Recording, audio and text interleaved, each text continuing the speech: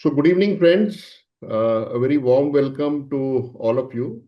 On behalf of the CIO Association, it gives me a great pleasure to welcome you to today's webinar organized as part of our knowledge and skill building program for our members. In collaboration with the All India Management Association, we deeply value this partnership with the IMA as it brings together industry practitioners like us and academic thought leaders, something that is essential in today's fast evolving digital landscape. The topic we are discussing today is the evolution of digital twins into agentic AI, a very, very relevant topic, and the opportunities and challenges is both timely and extremely relevant for us and digital leaders.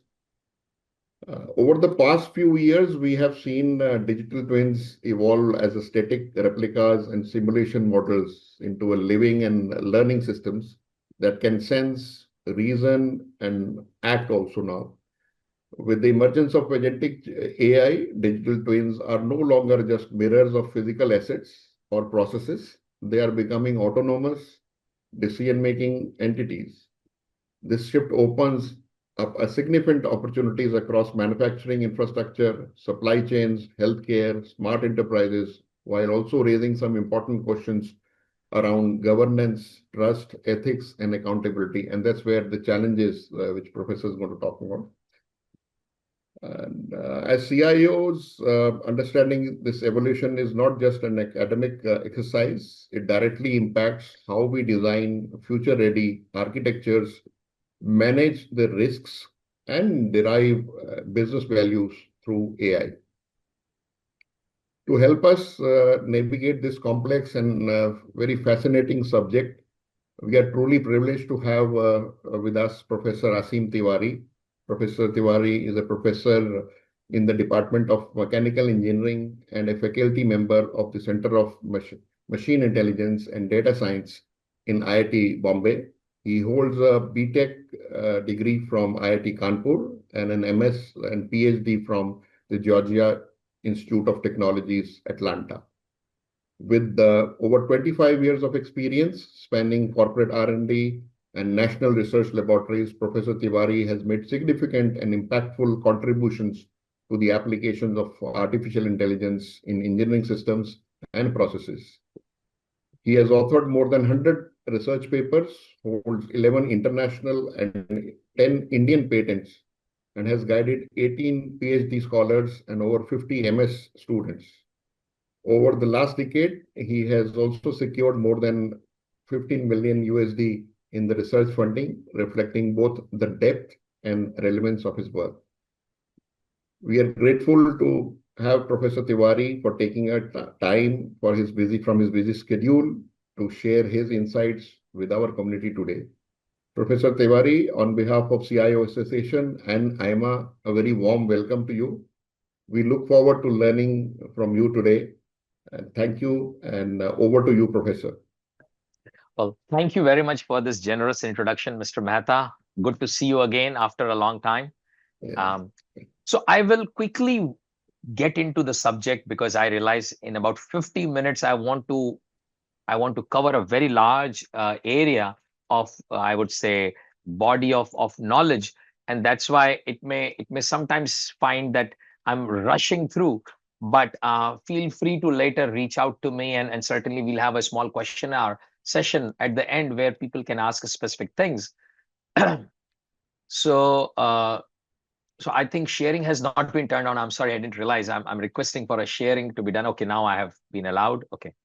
So I'll just quickly share my screen and walk you through what really is it that the aspect of so let's see. Okay, so I hope my screen is now visible. Yes. So I want to walk you through in terms of what is AI and what are the various facets of AI where opportunities exist in industry, primarily manufacturing, but many other industries as well, and also some of the challenges which we will have to face through. And this has been a process where AI has transformed drastically from a dumb, support system to a very intelligent system. So what I want to walk you through, and since time is very less, I will not really go through the things which I do. There are a lot of things which I'm doing research in. I'm working on additive manufacturing, microscopy, composites, machining, uh, and various aspects of all kinds of manufacturing. We also have a company which provides digital twins for industry. But I just want to quickly come and show that this is where the evolution of AI has been, industrial revolution has been happening from industry 1.0 to industry 2.0, industry 2 to industry 3.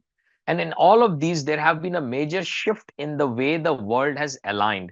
So industry 1 was where you had power, being used from steam. So steam power was brought in as one of the key drivers in industry 1.0. That was replaced by electricity and assembly line in industry 2.0. And then it was replaced by robotics, computers, and sensors and electronics in industry 3.0. And going to industry 4.0, the key difference is that it has everything which industry 3.0 had, which means automation, robotics, computers, and sensors, but it also has AI in it. So one of the key differences that industry 3 and industry 4, the industry 4 has artificial intelligence as built in it. And that is what makes it very different. Till now, we were using automation and other things as a pair of hands, but now we are using them as a brain as well. If you look at AI itself, it's a very old subject. It was started in 1950s. Nothing really happened for a couple of decades. In 1980s and 90s, the science of machine learning was invented as a part of artificial intelligence. So machine learning is a subset of AI. And over there, we realized that you could train the artificial intelligence algorithms. The machine could be trained based on data. And that is for the first time that data was seen as a very important asset. And that data became the most important asset, in which it still is to date. However, this machine learning and the initial machine learning, which we call as the shallow machine learning or conventional machine learning, was a short-lived euphoria, because very soon they realized that the machines could not outperform human capabilities. So the performance of machines, if you see in this curve, grows as more and more data is provided. The performance grows, but it becomes flat after a while, and it cannot grow any longer. It cannot grow anymore. And that is where people thought that it's not possible for machines to be able to compete with human intelligence. However, in 1989, there was a theorem which was published, which said that there are a set of functions known as universal approximators, which can learn anything in the universe. This paper was called Universal Approximation Theorem, UAT paper, which essentially said that these machine learning functions can learn anything in the universe, which gave new life to machine learning. However, this new life was not really possible. We could not train these models, these approximators, the universal approximators, these functions could not be trained. In spite of having data, we could not train them for almost 2 decades. And it was only in 2010 onwards that we were able to train these new functions, which were called the universal approximators or the neural networks, the deep neural networks. And that is where the new life of AI started. This is really the rebirth of the real, or the birth of the real AI from 2010. So it's now been 15 years. That's when the deep learning was born, which was a part of UAT, the Universal Approximation Theorem. This theorem says that anything and everything in the universe can be learned by machines, provided you give it enough data. And this is a symbolic picture of how the performance of a deep learning machine will improve as you provide more data to it. And as what you see is that as you provide more and more data to it, the performance keeps improving. And this performance is never going to stop. No matter where humans exist, this performance will one day supersede human intelligence.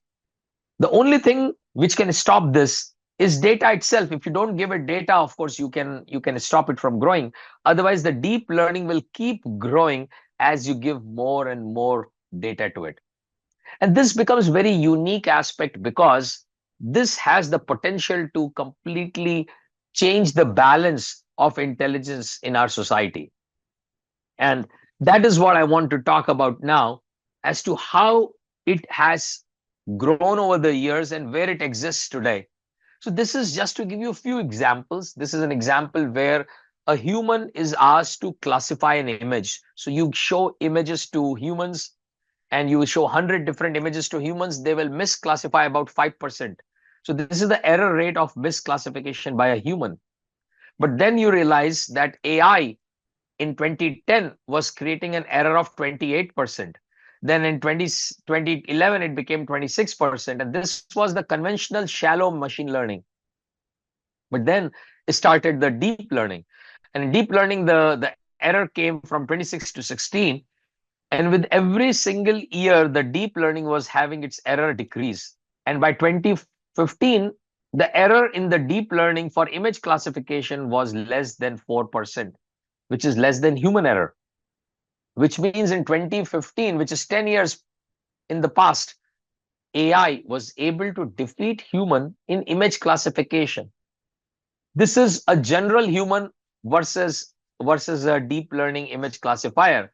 Of course, there will be some specific humans who would be super specialized in some things, and they may be able to outperform a machine.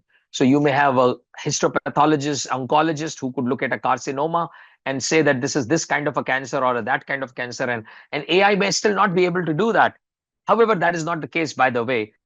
This is able to do. So I'm just trying to show that human intelligence is not changing with time, but AI's intelligence is continuously improving, and they have outperformed humans in many areas. And this is an example of image classification. Similarly, if you look at retinopathy, retinopathy is a process in which you take an image of your retina and you want to predict various aspects of human state using just an image taken from the retina.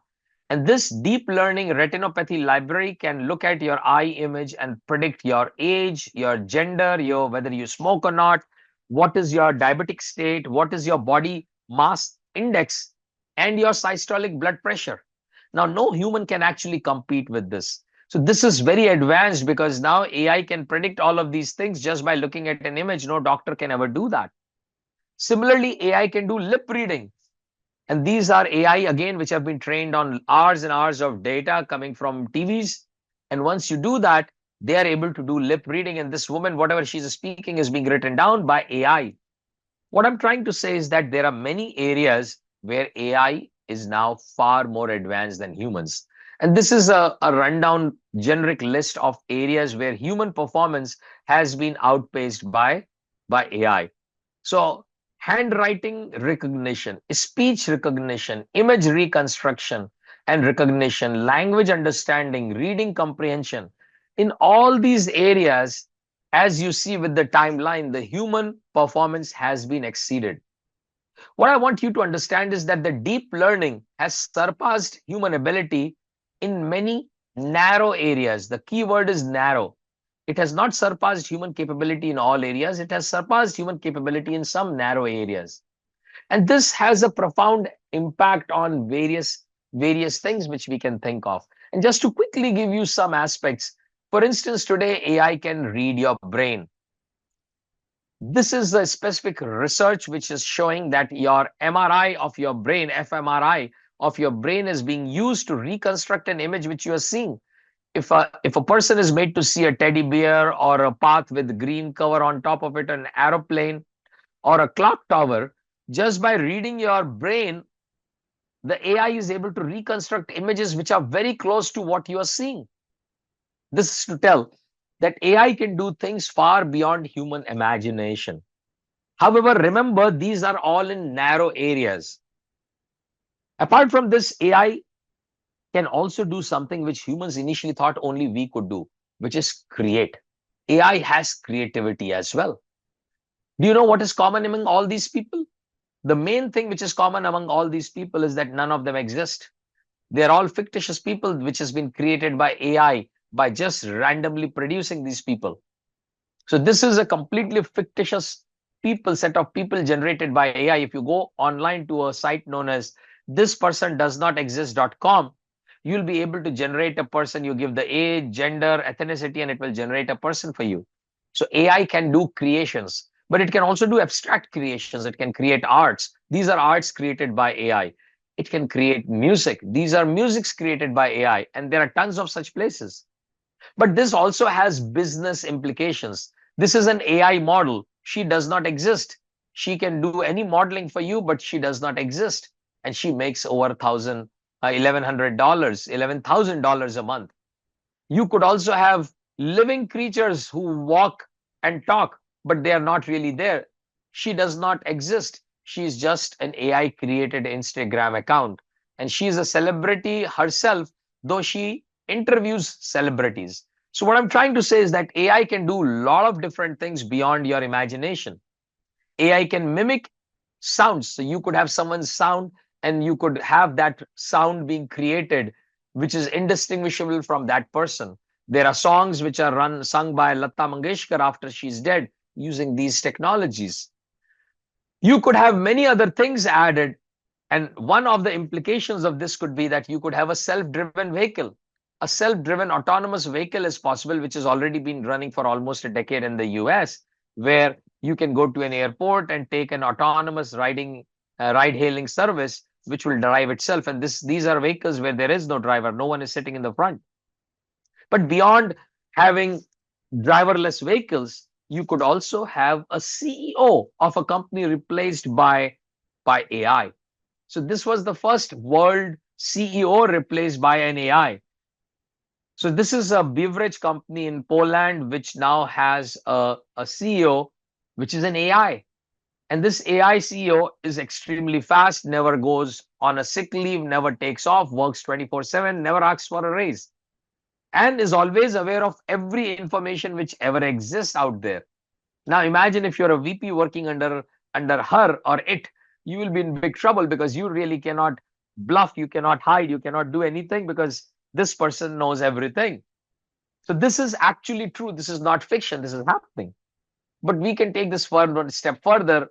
Just September this year, Albania had its first cabinet minister as AI. And this cabinet minister is basically, as the Prime Minister of Albania says, out of any possible corruption. This cabinet minister will never be corrupt. It's an AI cabinet minister. So just to give you a sense of what is the reach of AI, AI can do a lot of different things, and it is being applied in all possible areas which you can think of. But at the root of all of this is data. And that data needs to be understood by everyone. So data can be looked at in multiple different ways. And this is just to show you the way the data is kind of structured. You have large volumes of data, but you also have real-time flow of data. You have IoT devices, shop floor data, sales data, point of sales data. Various kinds of data is continuously flowing, large amount of corpus of data. They also have a huge variety. So you have texts, you could have tables, you could have images, videos, audios, data streams, you could have time series. All of this has variety. So your data is made up of large volumes, large velocities, and large varieties. And your AI model should be able to ingest all of this data to create inferences. But beyond that, you also could have veracity in data, in which the data will have a lot of errors in it, uncertainties in it, incomplete data, ambiguous data. And your AI model should be able to handle not just data with large volumes, velocities, and varieties, but should automatically be able to handle data when there are errors in the data, when there are missing data, when there are ambiguous data. And that really is what makes your data landscape complete for you to be able to use AI in your systems. What I'll do is I'll quickly talk about some algorithms at a high level and then get into use cases, because I don't want to eat away my time. It's already 20 minutes past the top of the hour. So machine learning essentially has two major components. One is called a supervised machine learning. Now, this is where you have a data input and output. So your data is made up of an input and an output, and you make your machine learn from the input to predict the output. So your machine learns what to predict, and it predicts the output based on an input. This could be a very simple case where you're having a manufacturing facility, you have some process controls, you change those controls, your productivity changes, your quality of product changes. So output becomes productivity or quality. Your inputs are what variations you are doing in your process parameters. So you change your process parameters, your productivity changes. This could be in your sales. You are having a sales strategy where you are advertising things on radio, television, newspaper. You are having foot to foot salespeople. You may be having discounting strategies. And all of these inputs are changing your final sales, which is an output. And again, past data of your changes of inputs resulting in your output could be trained in a machine. And that AI model is a supervised machine learning model. It takes inputs and outputs, gets trained on it, and then for any new input, it can predict what the output would be, or for any required output, it will tell what your input should be to achieve that. Now, this is one of the most powerful methodology which is currently being used in a very large manner.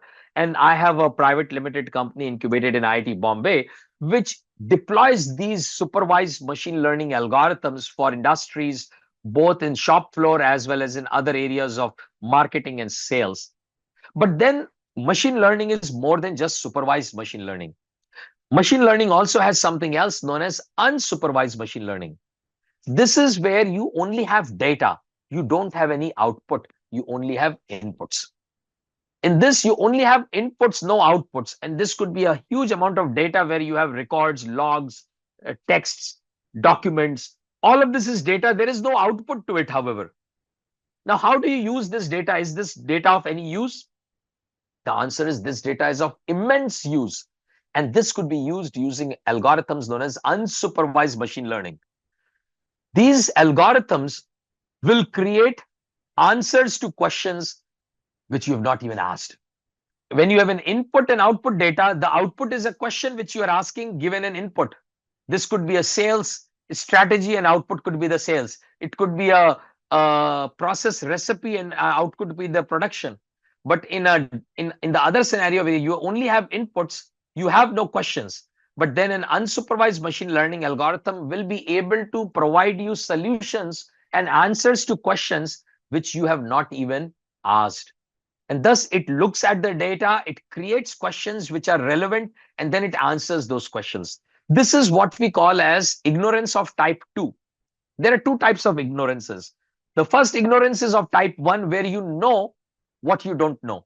So for instance, you may know that you don't know how quantum entanglement works. That's okay. You don't know how quantum entanglement works, but you know that you don't know it. And that's why you can go online, search what is quantum entanglement. You can go to a physics professor and ask what is quantum entanglement. But then this is the ignorance of type 1. This is a good kind of ignorance because everyone cannot know everything. But then there is an ignorance of type 2. And the ignorance of type 2 is what we call as you don't know what you don't know, which means you don't even know what you don't know.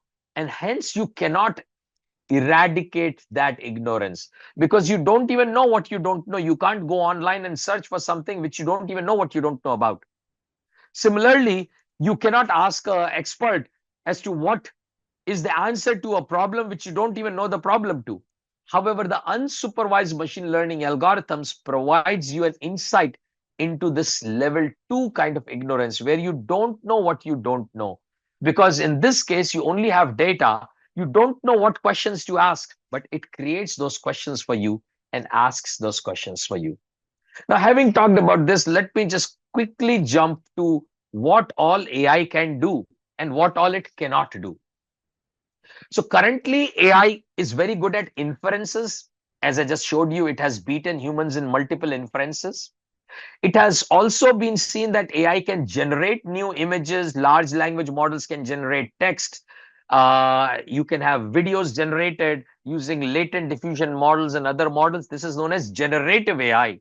So you have inference AI and then generative AI. And this generative AI has been further augmented by things like retrieval augmented generative models and many other models. So there are lots of inference and generative AIs. But this still cannot be used for very complex scenarios where you have multiple different domains working simultaneously. So for instance, Your AI still cannot solve very complex multi-domain, multi-scale problems. One of them, for instance, could be in manufacturing. When you have a complex manufacturing, imagine you are doing welding. You are welding two dissimilar materials through a filler, which is of a third kind. What kind of welding process parameters you should use, what kind of heat treatments and pre and post heat treatments you should use. Change in alloy chemistry can change the welding process. You are doing gas welding, arc welding, submersible arc welding. There are hundreds and thousands of various parameters which can result in various changes, and these cannot be solved by AI currently as they stand in their regular process. And then there are many more complex scenarios where you may have a very complex market where there are multiple suppliers, foreign suppliers, tax, incentives for startups, and maybe tax barriers or other barriers for large companies, an advertisement scenario. And you could be doing the same thing, not in manufacturing, but could be in marketing and sales. And again, you cannot use an AI just easily over there because it's multi-domain, very highly complex. And that's where we come up with a process known as digital twin. Now, digital twin is a process which has these 6 basic components. Primarily, digital twin was created for a physical asset. A physical asset could be a machine around with the surroundings of the machine, the environment, and the human which interacts with that machine. But then that physical twin is taken to a virtual space, which is a CAD 360-degree model, using data being driven from digital twin to the virtual twin using OPC UA, MT Connect, and other processes, along with vibration, acoustic, and IoT data. And this data from the virtual system is given to AI at the top. And AI looks at all of this data and tries to make sense of what is happening. And if it finds that there is not enough data, it can extract more data using physics-based models. It can run finite element models. It could run, market composition models. It can run time series models, and can run models to generate data beyond the physical data which exists. And based on this generated data from the physics of the process and the real data, this AI system can create specific inferences and can make specific recommendations to achieve the organizational objectives. So this is where the digital twin comes, and this can be communicated to the machines or the humans by this digital twin. So any system which has these 6 components becomes a digital twin. And you can have a digital twin for an individual machine. You could have a digital twin for an entire factory. You could have a digital twin for any asset, small, big, or a combination of hundreds of assets. So this is a digital twin. But this concept of digital twin requires AI to extract data from physics-based, systems and statistical inferences. And this now has changed into what we call as the agentic AI. And this is where the digital twin is calling agents, which we call as mixture of experts, MOEs. So mixture of experts are being called by the expert agentic AI system, which is the digital twin. And based on chain of thought, it is able to create specific understandings by calling subsystems, which themselves are agents, which are experts, which we call as mixture of expert agents. So today what is happening is that imagine you have a very complex, and I'll give you some examples as we go about. So this is where the digital twin has now become into an agentic process, where AI is getting the real-time data from the plant, from the machine, from the shop floor, from a real market, but then is running these experts, which is mixture of multiple experts, which themselves are agents, AI agents, to generate the data, and then use a process known as chain of thought to figure out what should be the next model which they should run to generate virtual data to create understanding into the real systems. What can this be used for? Just to give a census what this can be used for in a digital manufacturing system. So a digital twin for manufacturing can do multiple things. It can do remote monitoring, where you could monitor your assets real time sitting anywhere else. But this does not add value beyond a small value. It can certainly enhance safety. Hazardous conditions can be protected. It can see, real-time detection of possible near misses and accidents and other things. But again, this is fine, but this is a low-hanging fruit with very low gains. It can certainly help in digital maintenance, where it can do diagnostics and prognostics, could look at what is the problem in a system before it happens, and help you maintain it so that the maintenance cost goes down, the downtime goes down. And this certainly has a tangible advantage. But I feel the biggest advantage in manufacturing comes in the operational efficiency, where an AI can real time tell you how to operate your machine to optimize your process, to maximize your production, to maximize your quality and minimize your cost. And this is where AI has the maximum advantage when it comes to digital twins in manufacturing. In one of the studies, we have found that the downtime of a machine was reduced by 50%. The scrap rate was reduced by 20%, and the productivity was increased by almost 25%. And this is something which, of course, depends upon what is the current state of your efficiency. So what I want to do is I want to quickly now get into some specific examples. I can't show you everything, and certainly I cannot show you things which we are doing for the industries because of non-disclosure agreements. But I can show you things which we have done are open to be shown to you. So I'll start with a low pressure die casting case. This is a specific case study where we were producing, or rather not we, this was an industry which was producing alloy wheels. This was using a low pressure die casting.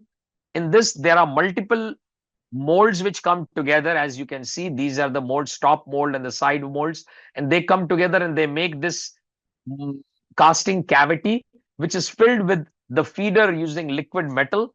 And the liquid metal is at a specific pressure, and you fill it, and then you cool this entire casting using air which runs through these vents, these pipes which you see 16 of them.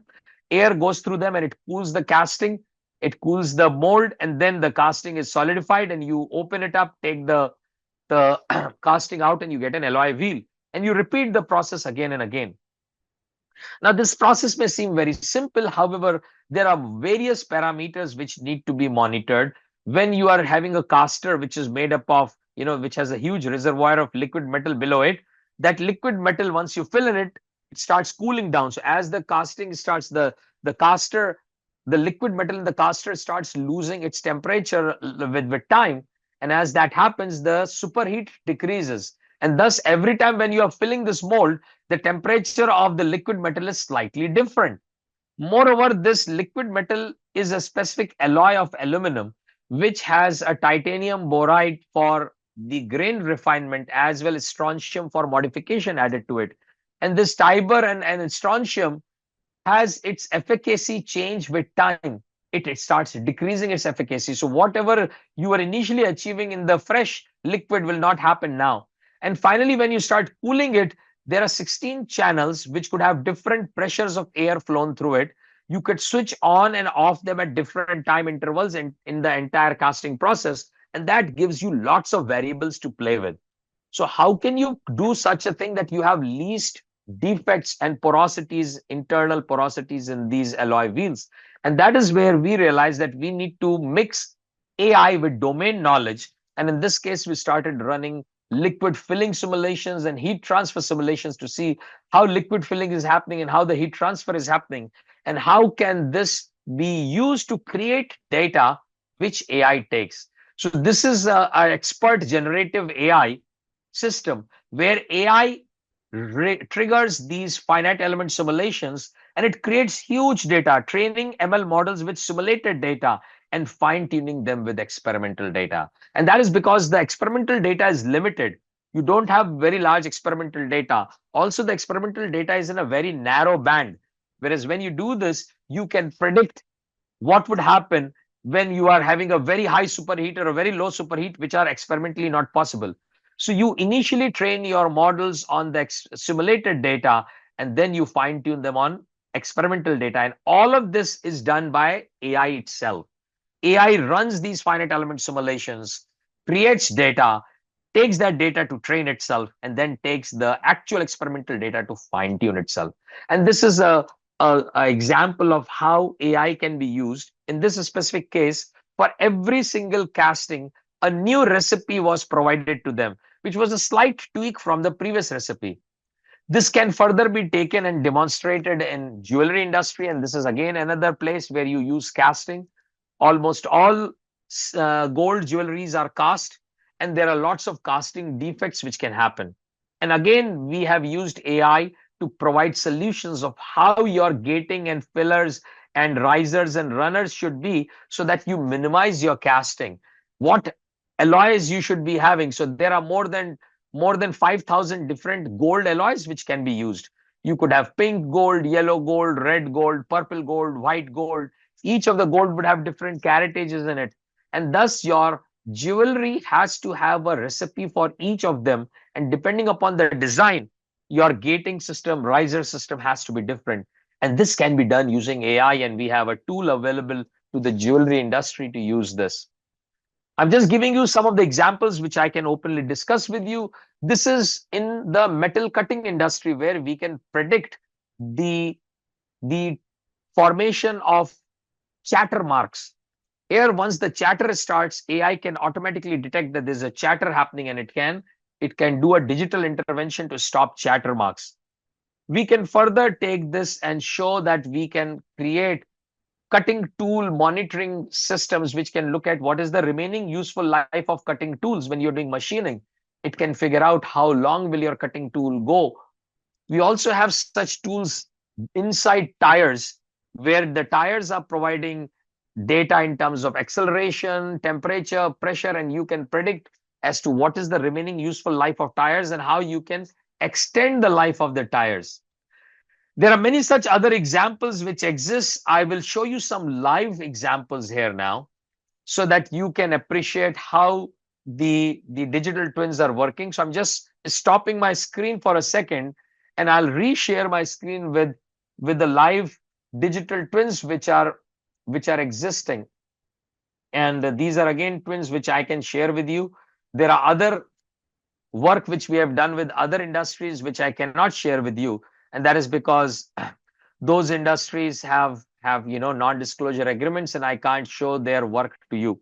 So I'll just quickly show you the stuff which we are doing. So I'm just sharing my screen again now. So I hope my screen is now again visible. This is a digital twin of a 5-axis CNC machine.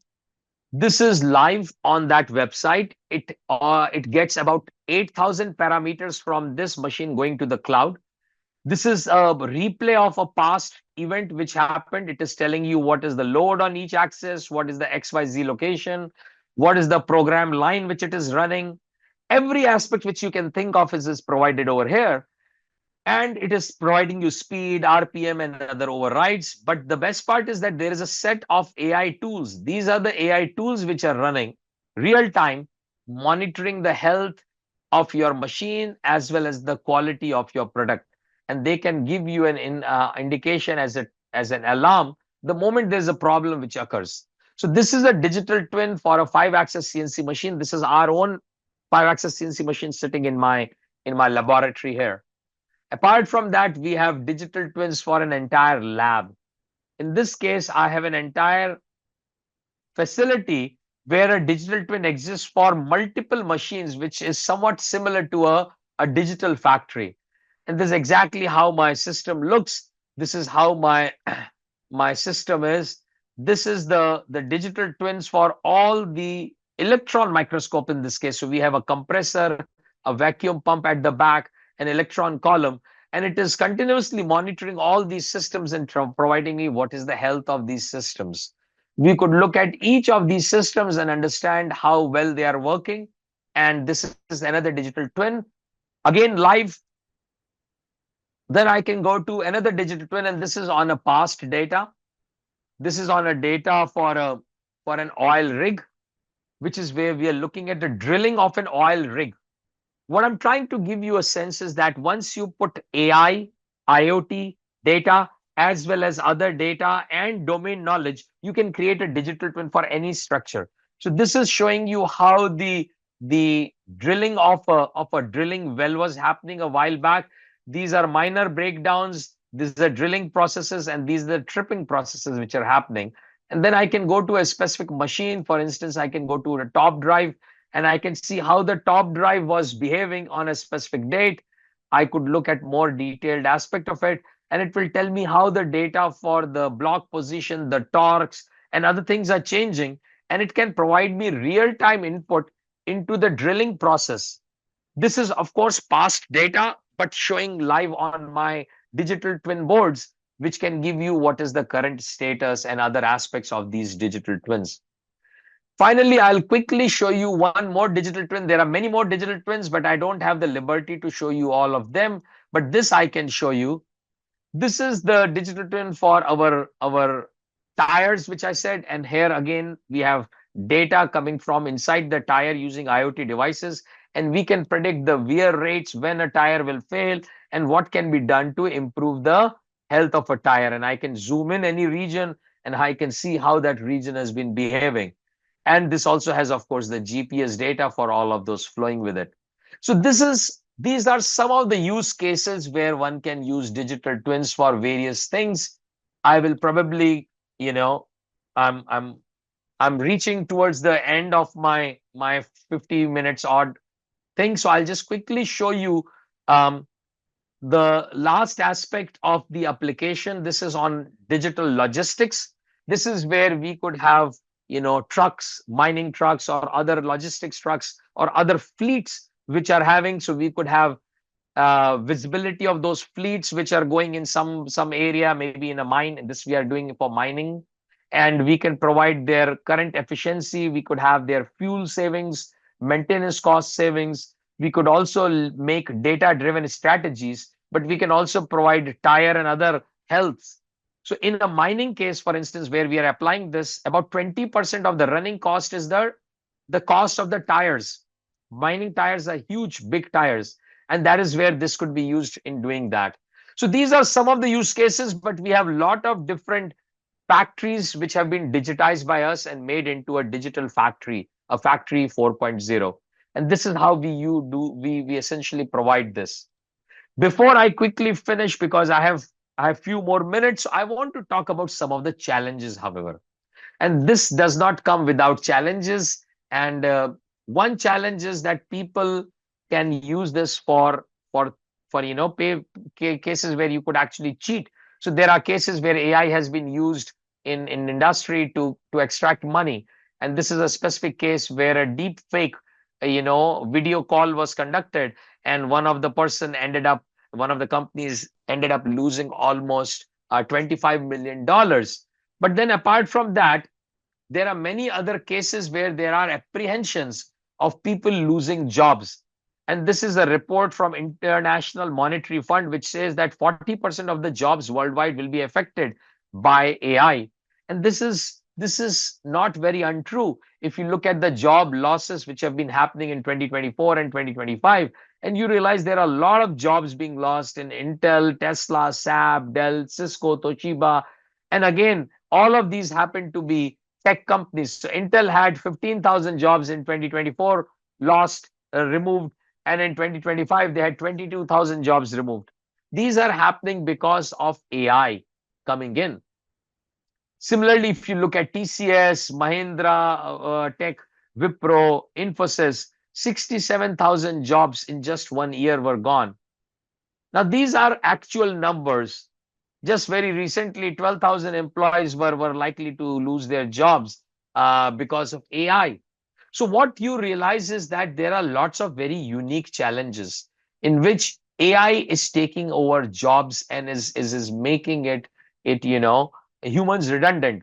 But I want to come back to this slide and say that AI cannot take jobs when it comes to multi-domain, complex, multi-scale problems, because AI cannot do that, be it in manufacturing, which I gave you examples of, or be it in more complex things like sales. And I just want to give this one last example of sales prediction and demand forecasting in the jewelry industry, where we were able to have a a AI model provide very precise predictions of what jewelry which be sold on which day. So for every single day of the year, we could predict what kind of jewelry will be sold, what caratage it will be sold, and this is the predictions and this is the actual thing.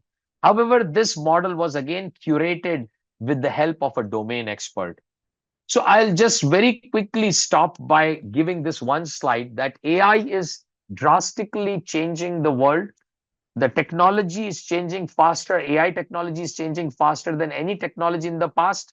However, the key aspect which will play a role in this is data. And thus, every company needs to make sure that they have a digital strategy. They have a strategy to create data and use that data to their advantage and not lose it. However, I want to still elaborate and emphasize that AI cannot solve these industrial problems alone.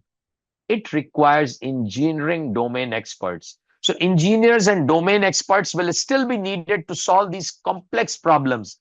You could have IT companies lose jobs because an AI can very quickly do programming for an entry level programmer.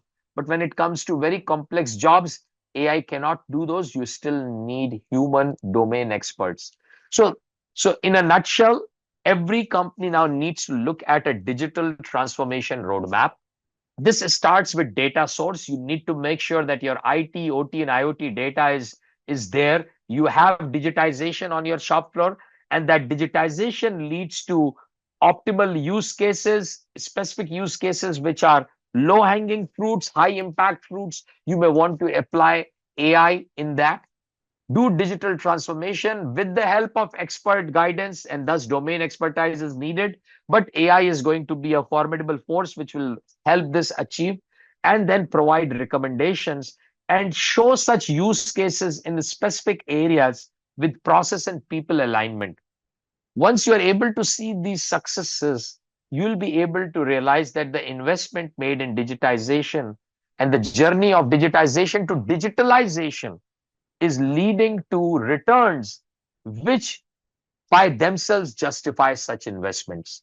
In principle, one can expect anywhere from 6 months to an year to have return on such investments, which is a very short time if you think about the long reach of this digitization to digitalization journey. And in all of this, specific domain expertise will be what would be needed. So with that, I would stop. I want to take more questions rather than just talking myself. I'm still 3 minutes short of 4:50, which is what I had thought to stop. So it's, I think, a good place to stop and ask if there are any questions. Thank you. Thank you, Professor Tiwari. I think for exceptionally insightful and thought-provoking session on evolution of digital twins into agentic AI, opportunity and challenges.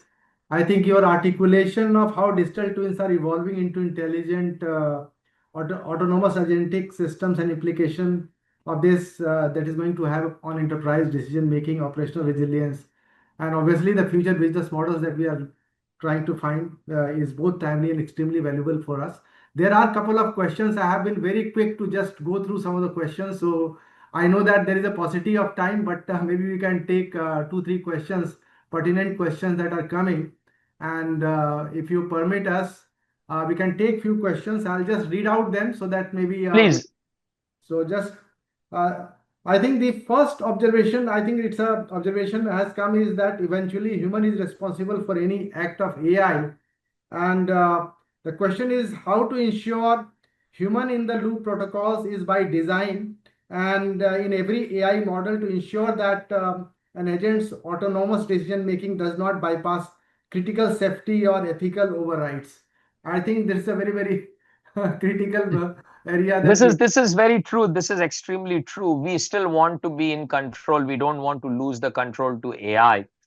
And in most of the cases, we make it such that there's a human in the loop for any such implementation. So AI only recommends humans take that action. However, there are specific cases where humans are slow to take action and AI may take that action automatically. So for instance, when your airbag gets deployed in a car, the algorithm doesn't wait for you to press a button to deploy it. It automatically deploys. Though there is an impact on your face and people do get hurt because of the airbag deployment itself. but that is needed. Similarly, for instance, chatter, which I showed, there are cases where chatter has to be stopped. There has to be some kind of an intervention within 250 milliseconds, and humans cannot do that.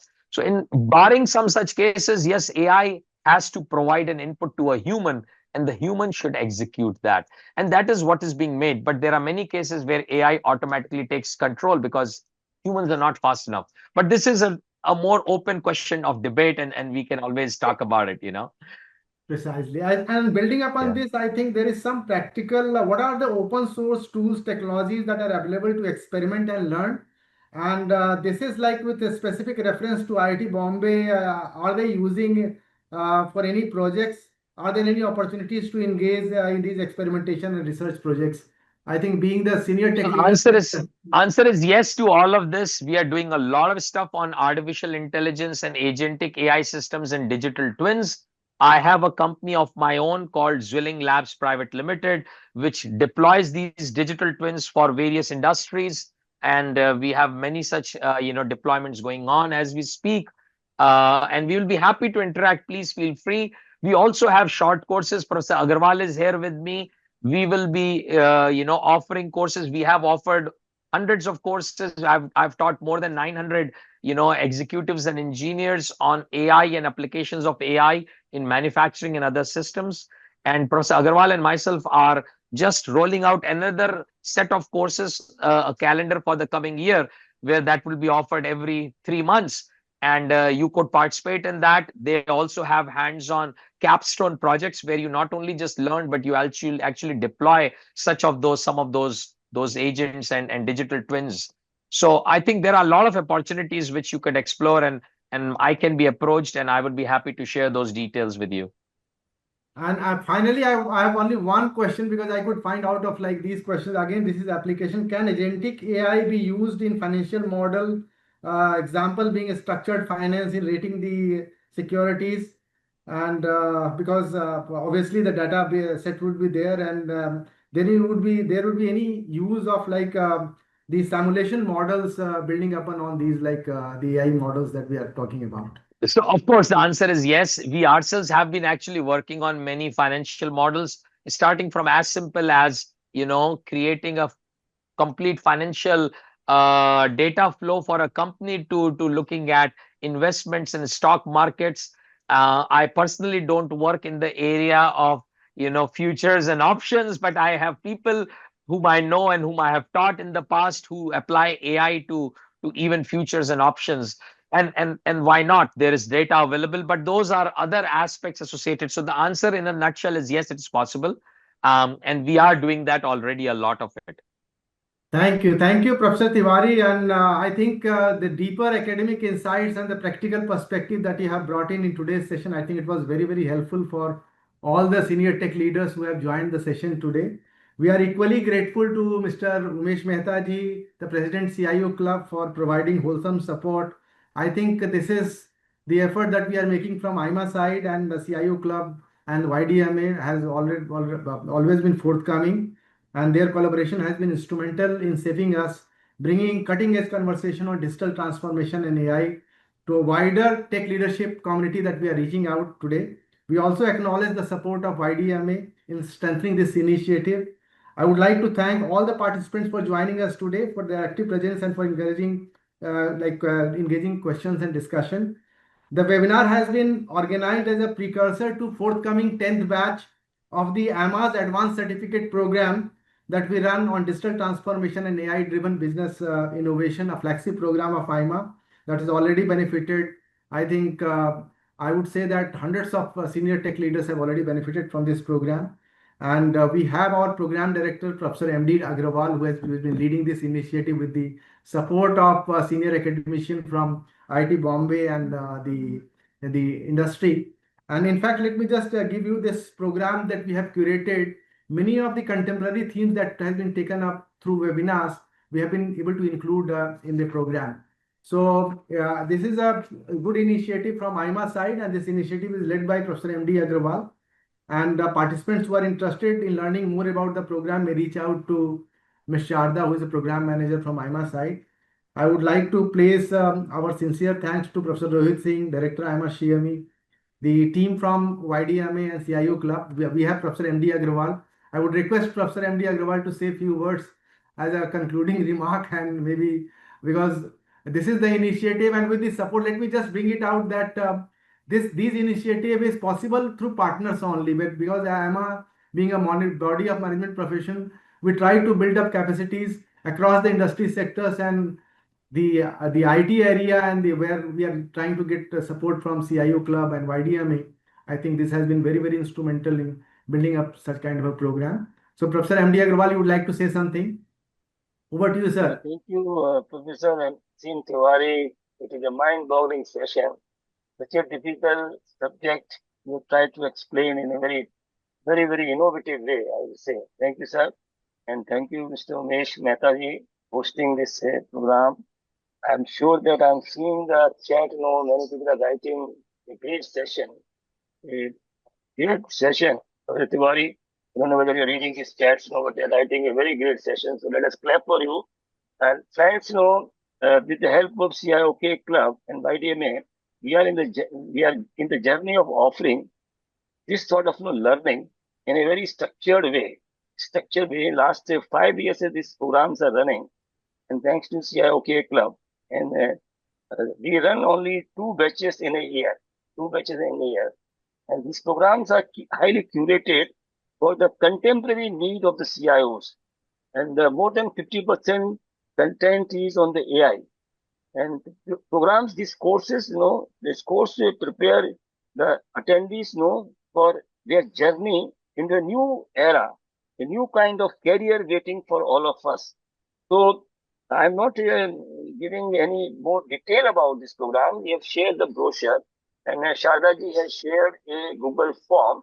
You can kindly, there is no, our side only this appeal is that, you write your name, we send you the detail.